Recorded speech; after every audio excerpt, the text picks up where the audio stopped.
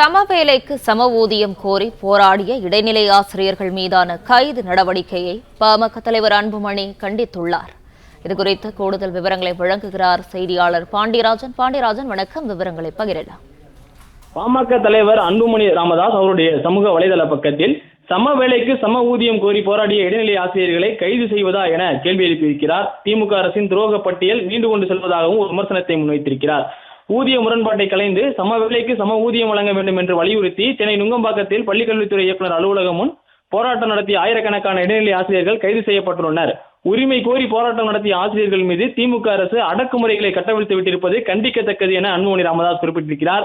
2009 மே மாதம் 31ஆம் நாள் வரை நியமிக்கப்பட்ட இடைநிலை ஆசிரியர்களுக்கும் ஜூன் 1ஆம் தேதிக்கு பிறகு நியமிக்கப்பட்ட இடைநிலை ஆசிரியர்களுக்கு இடையே மிகப்பெரிய அளவில் ஊதிய முரண்பாடு நிலவுகிறது. 31/5/2009 வரை நியமிக்கப்பட்ட இடைநிலை ஆசிரியர்களுக்கு 8370 அடிப்படை ஊதியமும் 2800 இதர ஊதியமும் வழங்கப்படுகிறது. ஆனால் 1/6/2009க்கு பிறகு நியமிக்கப்பட்ட இடைநிலை ஆசிரியர்களுக்கு ரூபாய் 5200 மட்டுமே அடிப்படை ஊதியமும் 2800 ரூபாய் தர ஊதியமும் வழங்கப்படுவதாக அவர் குறிப்பிட்டிருக்கிறார். அப்போது அடிப்படை ஊதியத்தில் ரூபாய் 3170 என்ற வேறுபாட்டில் தொடங்கிய ஊதிய முரண்பாடு இப்போது மொத்த ஊதியத்தில் 14000க்கும் கூடுதலாக அதிகரித்திருக்கிறது. ஒரே பணியை செய்யும் இருதரப்பு இடைநிலை ஆசிரியர்களிடையே இந்த ஊதிய முரண்பாடு உள்ளது எனவும் அவர் குறிப்பிட்டிருக்கிறார். திமுக ஆட்சிக்கு வந்த நாள் முதலாகவே இந்த கோரிக்கையை முன்வைத்து இடைநிலை ஆசிரியர்கள் போராட்டம் நடத்தி வருகின்றனர். ஆனால் அவர்களுக்கு இன்று வரை விடியல் கிடைக்கவில்லை என அன்புமணி ராமதாஸ் தெரிவித்திருக்கிறார். 2022ஆம் ஆண்டு டிசம்பர் மாதம் இடைநிலை ஆசிரியர் சங்கத்தினர் 5 நாட்களுக்கு முன்னாக சென்னை நுங்கம்பாக்கத்தில் உள்ள டிபிஐ வளாகத்தில் உண்ணாநிலை போராட்டம் நடத்தினர். அதைத் தொடர்ந்து அவர்களுடன் பேசிய பள்ளிக்கல்வித்துறை அமைச்சர் அன்பில் மகேஷ் பொய்யாமொழி ஆசிரியர்களின் கோரிக்கையை ஏற்பது குறித்து முடிவை முதல்வர் அறிவிப்பார் என தெரிவித்தார்.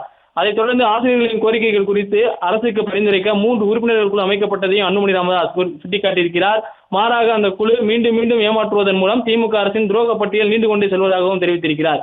எனவே ஆசிரியர்களின் போராட்டத்தை அடக்குமுறை மூலம் ஒதுக்கிவிடலாம் என்ற எண்ணத்தை திமுக அரசு கைவிட வேண்டும் எனவும் சம வேலைக்கு சம ஊதியம் என்ற அவர்களின் கோரிக்கையை உடனடியாக திமுக அரசு நிறைவேற்ற வேண்டும் எனவும் அன்புமணி ராமதாஸ் அவருடைய சமூக வலைதள பக்கத்தில் குறிப்பிட்டிருக்கிறார். பிளே ஸ்டோர் மற்றும் ஆப் ஸ்டோரில் இருந்து பாலிமர் செயலியை QR கோடு மூலம் பதிவிறக்கம் செய்யுங்கள்.